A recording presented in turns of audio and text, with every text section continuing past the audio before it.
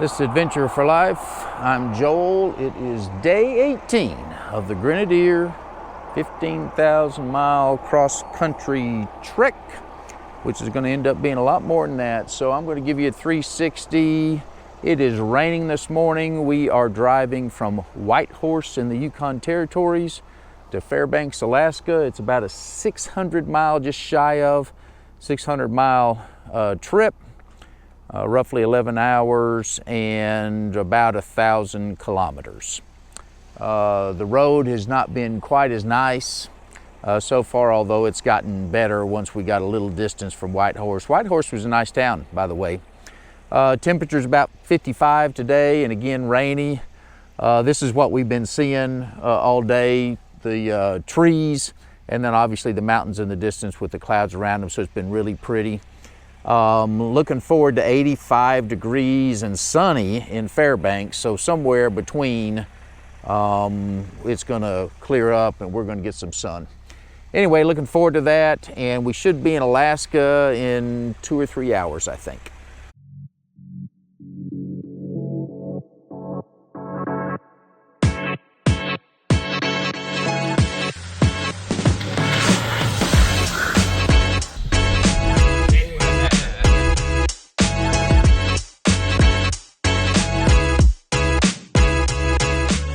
We just stopped in Haines Junction, got some gas, got a cinnamon roll, which is as good a cinnamon roll as I've had in a long time. But then we came across this, and it's just absolutely gorgeous. Hopefully the camera will do semi-justice. You got the mountains through the clouds. You got the clouds and the fog underneath the mountains. You got the clouds above the mountains. You got the snow in the mountains. It is just absolutely phenomenal. By the way, a couple things. One, I should have said this a while back, but lots of places don't take American Express up here. So pretty much since we left Edmonton, there have been at least, I'd say, 3/4 of the places we went to buy something did not take American Express. Not a big deal. And then also yesterday we crossed the 9,000 mile mark.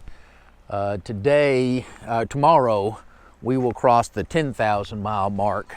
Anyway, so do I think I'm going to get to 20,000 miles on this trip? Probably not, but it's going to be a whole lot more than 15 because we're going to cross the 10,000 mile mark before we even get to Deadhorse. Now, I wiggled and waggled all over the southwest of the United States and got a lot of extra miles there, but I am planning on driving all the way across Canada to Maine and then back down to the southeast, and so, you know, I may get to 20,000, who knows. Anyway, by the way, it's only 54 right now, but it's been 62 and felt pretty warm, and right now it's 54 and it feels cold. I guess that's because there's no sun. Hopefully we'll see sun later in the day. Okay, I'm another 50 miles down the road, and this is Kluane Lake. I don't know if I pronounced that correctly. K-L-U-A-N-E Lake.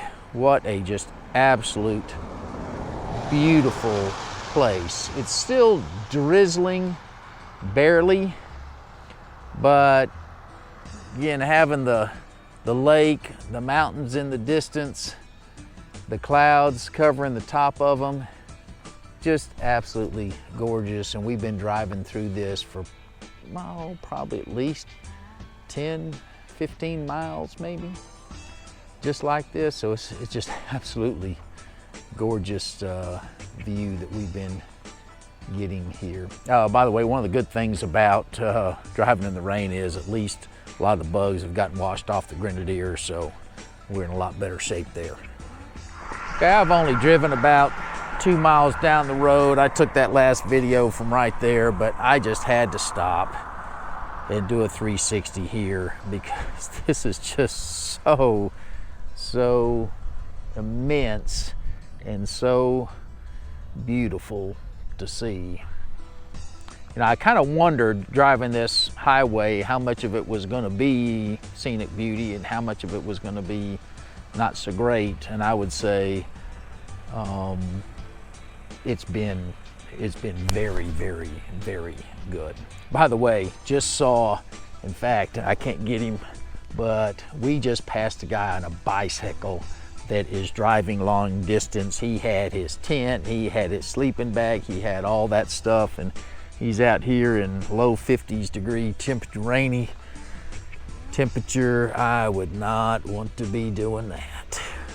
Okay, I've stopped in Burwash Landing in the Yukon because I had to get this gold panner's pan picture here. Pretty awesome. This is some kind of museum, the Kluane Museum of History. Who knows what Kluane obviously is. It's not just a town, it's a region or whatever. I don't know if I'm pronouncing that right. By the way, this silly car has started, and it started in Whitehorse. We pulled into Whitehorse, and when I pulled up to the curb, the sensor went off. You know, it started beeping real loud and basically telling me I was too close to something. Well, I wiped off the sensors on the front, and pretty much every time I'm going between 0 and 5 miles an hour now, the one of the sensors goes off and makes a loud sound. Fortunately, it goes off when I either put it in park or take off, so we'll see what's going on with that down the road. Yeah, we've pulled over at the Scenic River. There's the old Grenadier. And I just pulled over here because, you know, it's still raining. Man, it's been raining all day. Stopped a couple of times, but mostly raining. But just to see the mountains, to see the river, to see the clouds. I should comment that the road, I mentioned this earlier today, but the road is significantly worse since we left Whitehorse. There have been a couple of sections that were okay, but I mean, big dips, really poor patch jobs on potholes and things like that, and just really, you know, relatively poor from a road standpoint. Now, the good news is the Grenadier's handling it just fine, but I'm just commenting again that the road was good for the most part, all the way across Canada, where I crossed coming from Great Falls to Edmonton, all the way to Whitehorse. But then since Whitehorse, it has been quite poor, but lots more pretty country to see while we're enduring the poor roads. Okay, so we are in Beaver Creek. Welcome to Beaver Creek, the most westerly community in Canada. So that is not Beaver Creek, Colorado ski resort. It is Beaver Creek, Yukon Territories, Canada. All right, so this section of road was rough. So I mentioned that earlier when we were at Scenic River, but from there, and really before there until now, it has been rough. There are uneven areas of road. There are potholes. By the way, you see all the pretty flowers. We've been seeing these for, 3 days. Potholes. There is gravel. There are washboards. There are big dips. It is bad. And it's almost like, when I was a kid and we drove back from Alaska, my family and I, it was all gravel. And speed limit was 45 miles an hour, as I remember. And, so the roads don't have to be that great when you're driving 45 miles an hour. They don't have to be that even, whatnot. It's like Canada paved it sometime in the past and hasn't done anything. It paved that original road that the U.S. military built and hasn't done anything to it since except patch it, and done really poor job of patching it. And lots of long sections of gravel and whatnot. I will say again, the Grenadier chewed it up, ate it up. It handled it extremely well. I have been passed very few times in the last 3 days on these roads. And especially today on the rough stuff, you know, I was going dramatically faster than the other people on the road just because their vehicles couldn't handle the roughness. Oh, look at that, White River First Nation. It appears that First Nation in Canada is talking about what we would typically call Native Americans. Anyway, so we're almost at the Alaska border, I believe. Hopefully the road's gonna be a lot smoother. We're gonna get some gas here in Beaver Creek because we're running a little low, and then make our way on down the road. Okay, we're coming from the Yukon and Canada. You can't see the maple leaf on there, but it's there.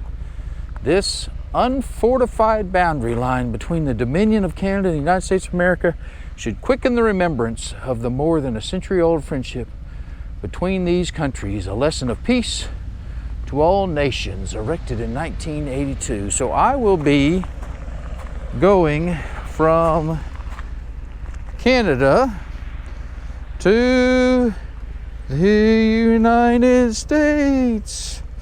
So I'm now in the United States. Welcome to Alaska, historic Alaska Highway, gateway to the 49th state. We got bigger problems than mosquitoes. Watch out for invasive plant life. Tell you what, I've already seen some big mosquitoes. Let's hope the road is better because again, the road has been horrible for the last 100 miles. See ya. Well, we're in Alaska. Entering Alaska time zone. Yes, we gained an hour or two. Let me give you a 360 real quick. Beautiful country again. Lots of people making this drive. There's Canada.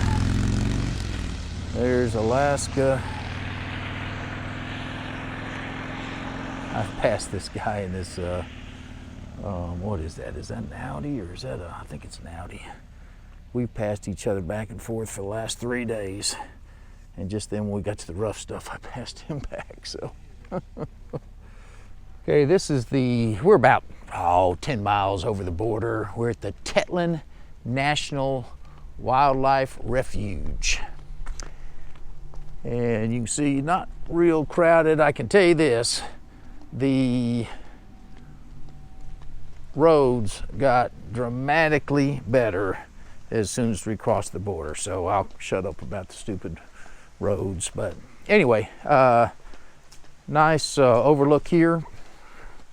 Get to see all of the plain, the valley, and the mountains below us. Lots of animals apparently pass through here, whatnot. They say this is a natural passageway. I guess it's because it's low lands or something like that. But anyway, really, really pretty place. We'll start at the Grenadier and just do a quick 360, not too quick 360. And it's still raining. Hope to goodness we see some sun today. We're supposed to be sunny in Fairbanks all day today. Oh, this is interesting. The old grass and dirt on the roof thing. I remember that from when I was a kid. Lots of cabins would have, you know, that kind of quote unquote roofing on them. Anyway, neat place, neat log cabin here. There's a moose. There's a raised cabin. Tetlin National Wildlife Refuge. Okay, we're probably 50 miles, 80 miles inside of Alaska. By the way, I should take back part of what I said about the roads being a lot better in Alaska, because there were some sections that were, some sections that weren't. But anyway, we got to an area here that I thought had a nice scenic overlook. I told myself that once we got to a point where the rain had stopped and there was a little bit of sun, I was going to stop and video. And so we've hit that spot. We're about 200 miles from Fairbanks would be my guess. Beautiful, beautiful, beautiful day, beautiful country. We've been seeing this kind of view the entire time. Okay, we got to Robertson River. Never heard of it, but it was just such a great view. I had to stop here. Now I'm gonna have to watch for traffic going both ways, because As you can see, there's not space for me and 2 cars. Anyway, just a great view from here. I don't know if you can see in the distance, but there's some snow-capped mountains up there. This is probably not the smartest thing I've ever done, but I'm assuming that 2 cars won't come at the same time, and I can just cross over lanes if I need to. Anyway, we'll let this 18-wheeler get by, and then I'll give you a 360, and then I'll turn back. Lots of these trucks, by the way, like this, they're labeled long load on the back because they are long. Okay, I've gone far enough, so I'm going to give you a quick 360 here. Just absolutely gorgeous place. Robertson River. Big river, obviously. There's the Grenadier up there. And that's it. So we've been enjoying the mountains for a while now.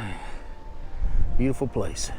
All right, we're about 150 miles from Fairbanks, but this was just such an incredible spot to get a view.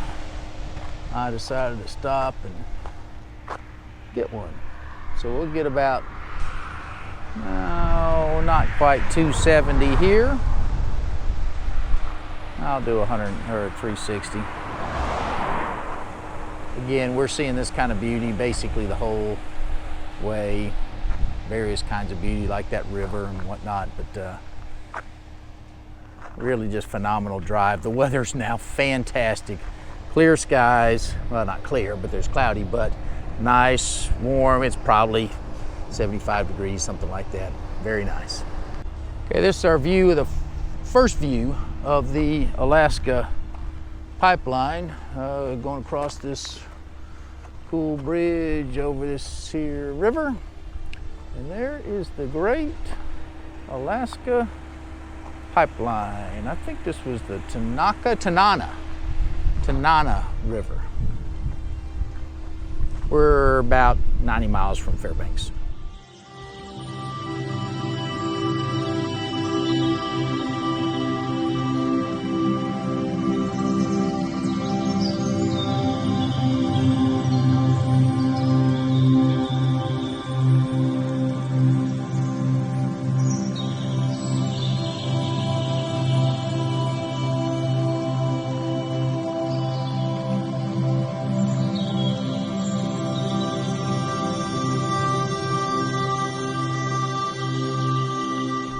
Okay, so I'm going to make y'all endure a little nostalgia, if you don't mind. So we just passed Alaskan Air Force Base. We're not quite to Fairbanks yet, but this is Moose Creek Apartments.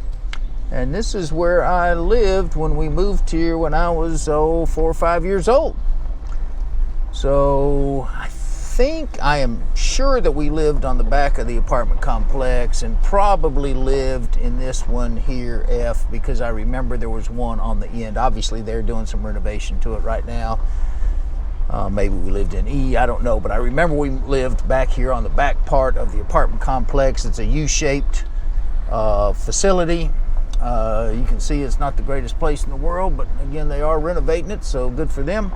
Anyway, I lived here when I was a kid for about, a year. Then my dad got on base, so we lived on base for a couple of years before we left Alaska. Again, not the greatest apartment complex of all time, but there's the U shape, and again, we would have been right there in one of those in that back corner. I remember my brother and I riding our bikes around here a jillion times around this parking lot and just having a grand old time. Riding through swarms of mosquitoes and whatnot. And we did have, by the way, the obligatory kid who stuck their tongue on a telephone pole and got it stuck because it was frozen, and the fire department or whoever had to come get them. Okay, so Moose Creek Apartments is right back there, and we went to church right here at the Alaskan Church of Christ. And I remember they had just built this log cabin church building. I say just, I don't know exactly when it was, but that's where we went to church, in that log cabin church building. They bought this field, cleared it, and with the timber, built this church building, and that's where we worshiped way back in the day. Obviously, they've moved up in the world a little bit and built this building over here, but yeah, that's where I went to church when we lived here. Pretty cool to have a log cabin church building. Anyway, thank you for going down memory road with me for a second. Again, it's been, 55 years since I was last here. So that's kind of crazy.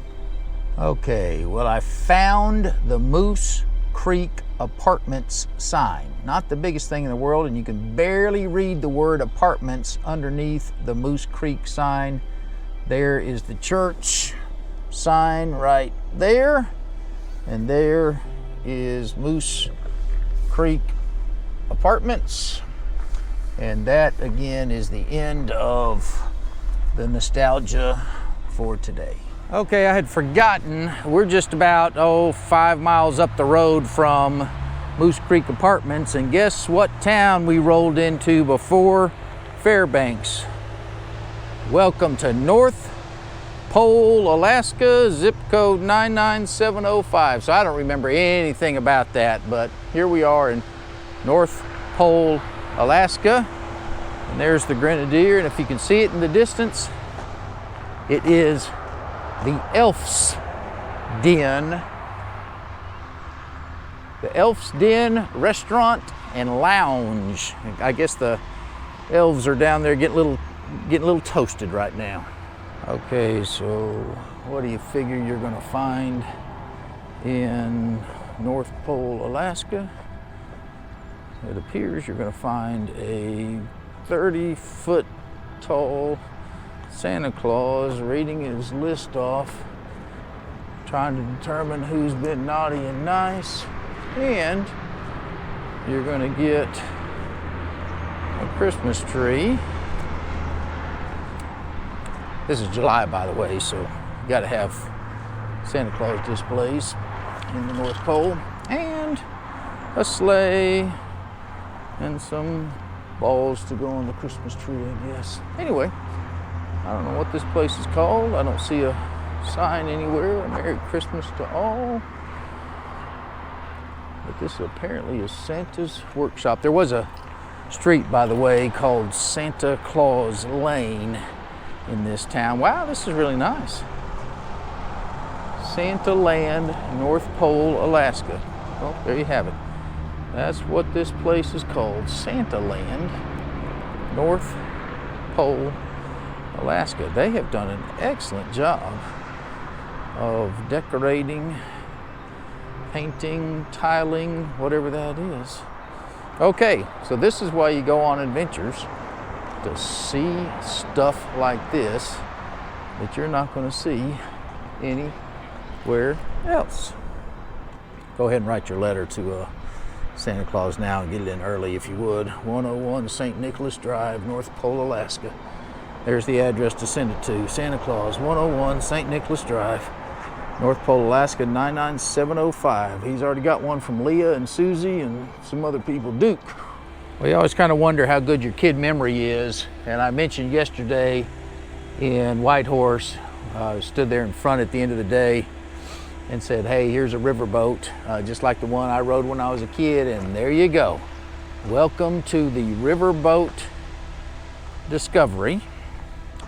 So I'm in Fairbanks, and I'm quite sure this is the riverboat. If you can see it down there, we may have to blow the screen up, but there is the riverboat. Unfortunately, it's late in the afternoon and they're closed already, but there's the riverboat I rode when I was a kid. Okay, I'm in Fairbanks, and we're going to do diners, drive-ins, and dives today, and we're going to the Hungry Robot. Hungry Robot wood-powered pizza customer interest. This was on the list. There were like 6 diners, drive-ins, and dives in Fairbanks, but this was the one that was easiest for us right now. See you in there. Okay, we ordered, just ordered our standard pepperoni pizza with onion and got some garlic sticks, but I wanted you to see this picture here, and then of course the old guy, Fieri, however you want to pronounce it. Picture from the Food Network, diners, drive-ins, and dives. Okay, we ordered the bridge garlic sticks, and I've tasted one that's great, and the pizza, it came out a whole lot. They told us it was going to take 25 minutes, and it took 4 minutes. So anyway, we'll let you know how it goes. Okay, it's my objective on this diners, drive-ins, and dives to go to places that, you know, just are unusual and have local flair and all that kind of stuff. And it dawned on me, I've been to several pizza places, and that's my last choice, really. But because of scheduling, because of proximity and whatever, this ended up being the choice for tonight. Hungry Robot. You know, again, I would have liked to had, you know, crab legs or something like that. But that wasn't one of the options for me. Anyway, Hungry Robots, the pizza was really was fantastic. They were very quick, and we got breadsticks too, or garlic sticks, whatever they called them, and they were fantastic also. Anyway, this is the end of day 18 of the 15,000 mile Grenadier 15,000 mile cross country trek. It's possible this is day 19, but I'm going to call it day 18, and I'll have it straight tomorrow. Thanks, and see you on the road to Dead Horse.